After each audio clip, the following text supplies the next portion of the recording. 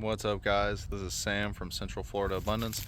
I'm out here today at the Bellini Preserve. This is a new park on the western shore of Lake Marion. It's got about 7 miles of trails out here. It does go around to the lake, and it's all pretty much sand scrub. I'm gonna take you along with me today, and we're gonna see what kind of cool stuff we can find growing out here. All right, let's get going. Now, this whole trail is going to be populated by your typical scrub species, and most of them you're going to see right here. We've got the scrub oaks coming up. On top of them are the muscadine grapes, and I have seen some grapes higher up. I don't see any on this, but I'll try to catch some later. We got saw palmettos down here. They're flowering and putting out berries, but really I want to just showcase the beautyberry. It's got some gorgeous flowers on it right now. And you can see multiple flowers will form along the stem. There's a nice cluster. And after those flowers, you get the berries that come, and these will ripen up to a real pretty purple. It makes it a very nice ornamental plant, but it's also very functional. These leaves have an oil in them that is great at repelling mosquitoes. Beautyberry is in the mint family, Laminaceae. Still learning that. But it's edible, it's functional, it's ornamental. It's something that you can have in your yard. Let's see what else we can find. Now I'm out here in the wide open. We've got some more full sun species. We got some cool winged sumac here. Another beautiful plant, but really what caught my attention is this Lyonia. I believe it's a rusty Lyonia from the pigment on the new leaves, and it's just stunning the way it stands up above the whole little scene here. You can see, maybe you can see from the hair on these leaves. Yeah, you can see them there. Those hairs make this plant extremely well adapted to these drought, sand. It's not getting much water. It's very hot out here, but it doesn't mind. It does have its leaves folded up a little bit. It's probably closing its stomata. It's about 1:30 right now, hottest part of the day, but most of the time it's just flourishing out in this dry, sandy climate. Another one here. Just beautiful. Right here is another Lyonia that's finished flowering. Let's see if I can focus on that. And it's got the seed pods on it. This might be a different species. It might be a shiny Lyonia. Because I didn't see any flowers on the other ones. But this one has already finished flowering, set its fruits. Could just be an older plant. But there's lots of cool stuff growing around through here. We've got the prickly pear just coming out, standing tall, standing proud. They're not too mean. Probably the nicest cactus you can encounter. And then right behind me,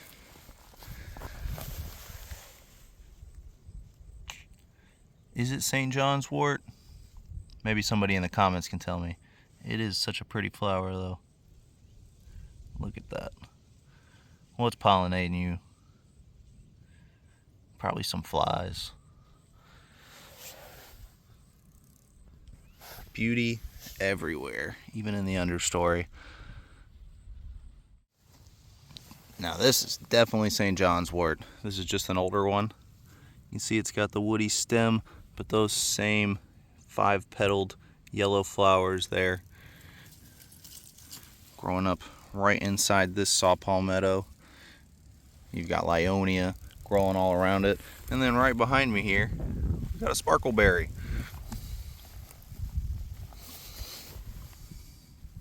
Well, it could be a Darrow's blueberry from that pink pigment on the new leaves. Definitely some kind of Vaccinium. Beautiful. The Vacciniums will be all over these scrub habitats. Sparkleberry, Darrow's blueberry, everywhere.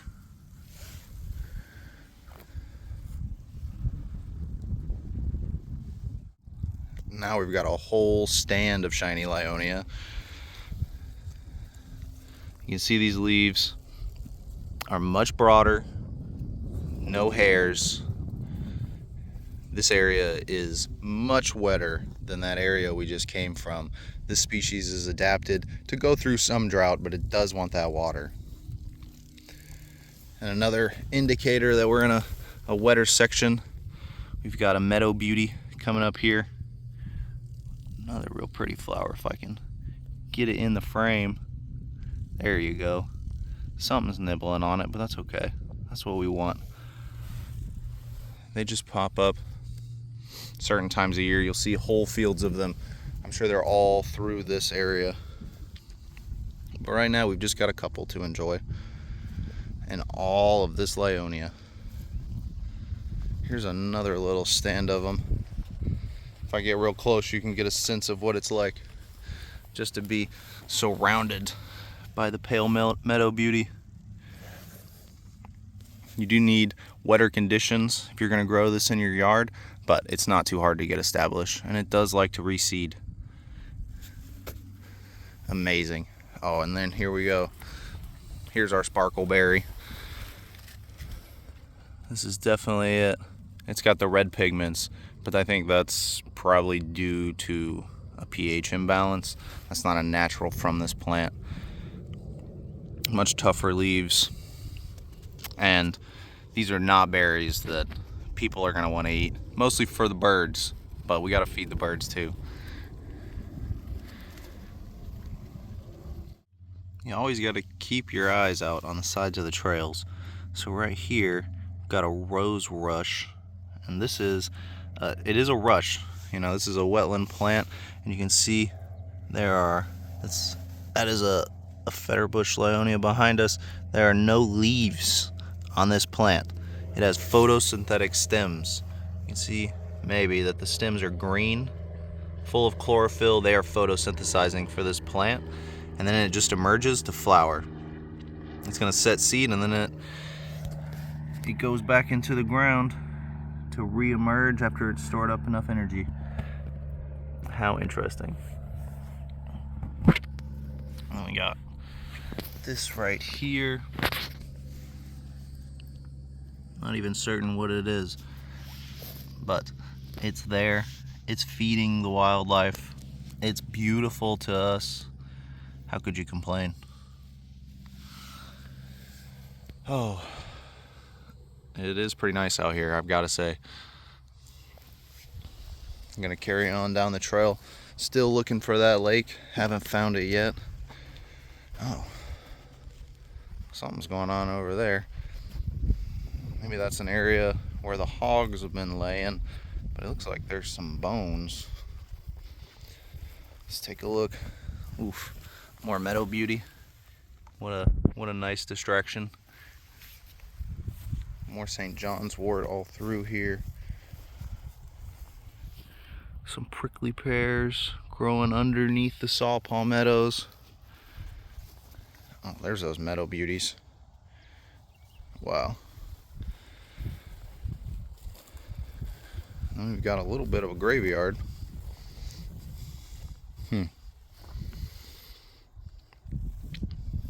never know what you're gonna find when you're hiking. This place is very new and probably pretty recently managed, so I don't expect to find anything too crazy, but it's good to leave the bones.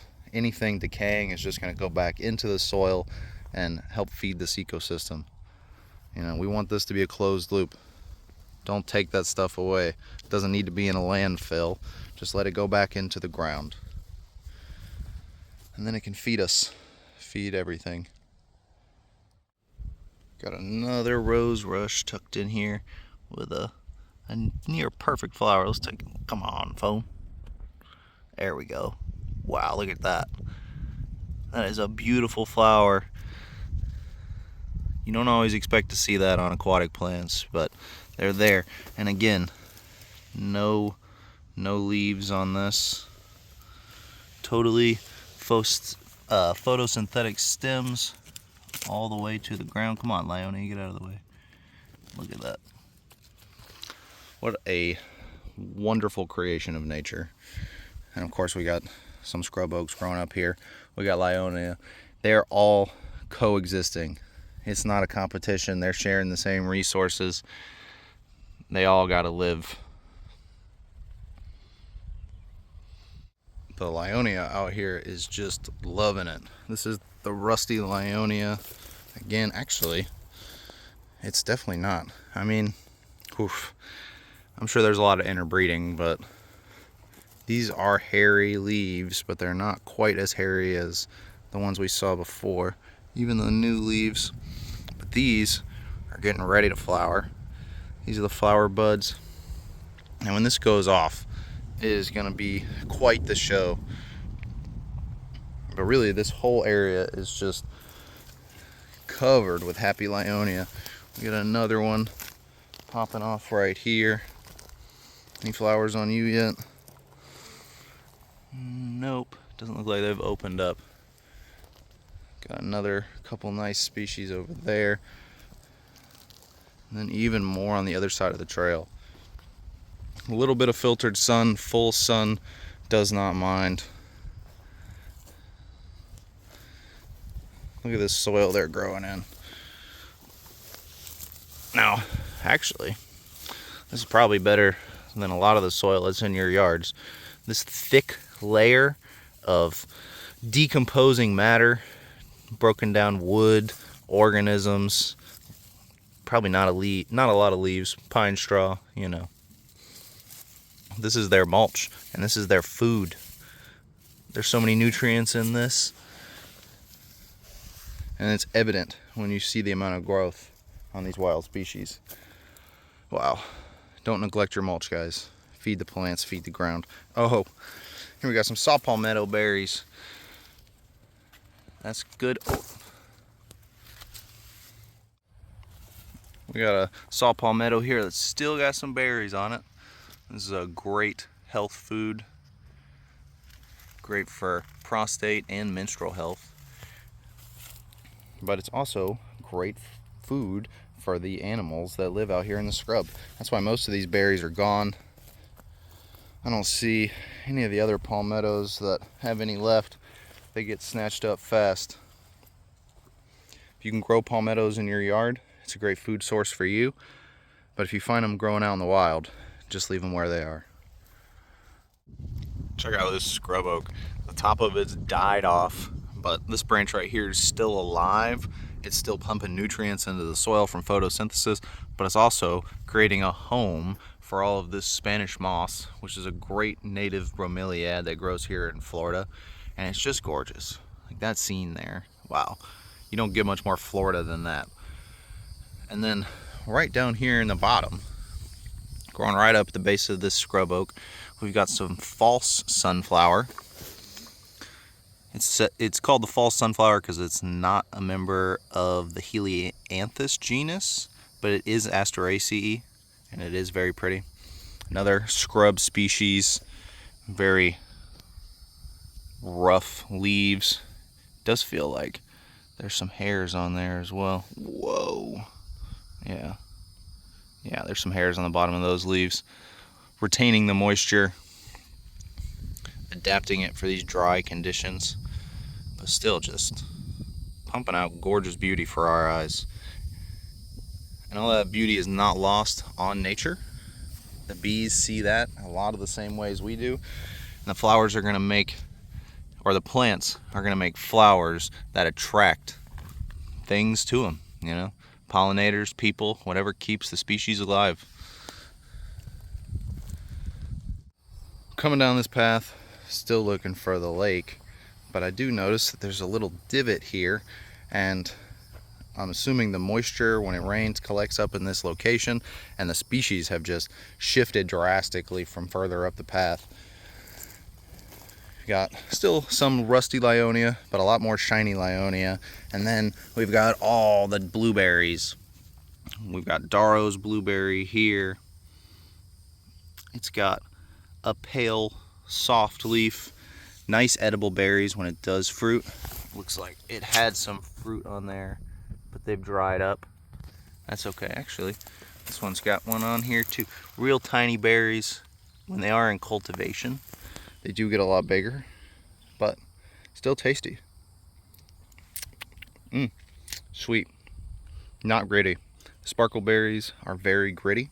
And we do have a lot of sparkle berry growing up in here as well. You can see the young Darrows right here. And then we've got a Darrows right next to the sparkleberry. So let me get up close. You can see these leaves are a little darker green. Let's see if I can get them both in the shot. They're very similar, but you can tell them apart when they're side by side. And after practice, you can tell them apart even when you're not looking at both.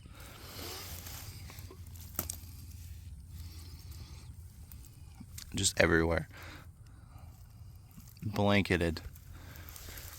I bet this is a feast for the birds. Oh, and there's something blooming back there.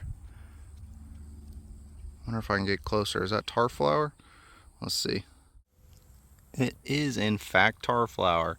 Now this is a plant that really likes to grow in wet areas, so a great indicator that this area gets a lot more moisture. Oof. And from the name, that tar flower, the buds are very sticky. It's great at catching flies. I can actually see a little net stuck onto one of them. But a very pretty flower. It does smell very nice. Really attractive foliage too.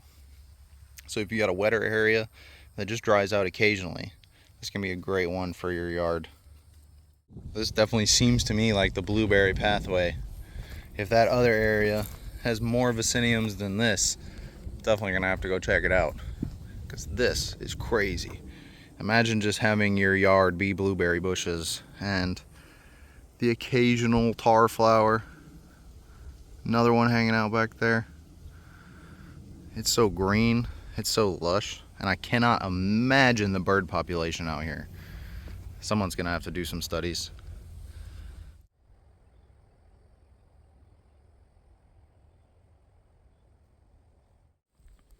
Now here, at the bottom of these trees, we can see signs of a characteristic of these sand scrub environments, and that is occasional fires. A lot of these plants are adapted to either live through the fire or germinate from seeds shortly after a fire, but there are lots of fires because of all the decaying matter on the ground. But those fires are great. They keep these systems healthy. They deposit a lot of nutrients back into the ground.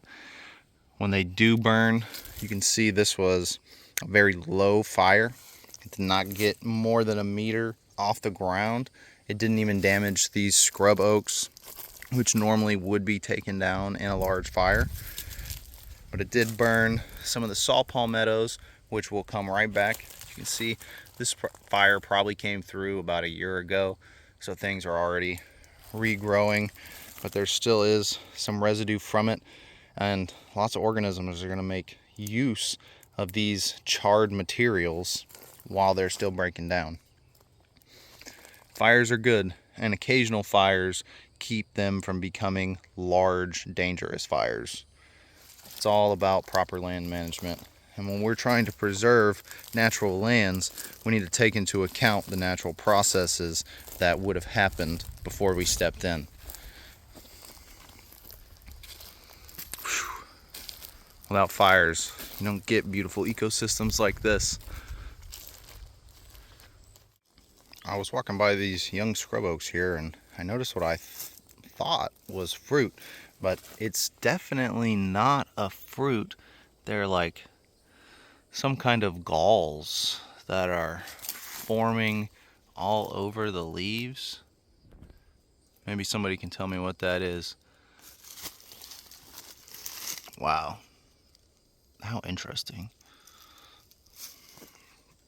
They're like Christmas ornaments. They really do look like fruits. It's very interesting. And there's some that have popped open.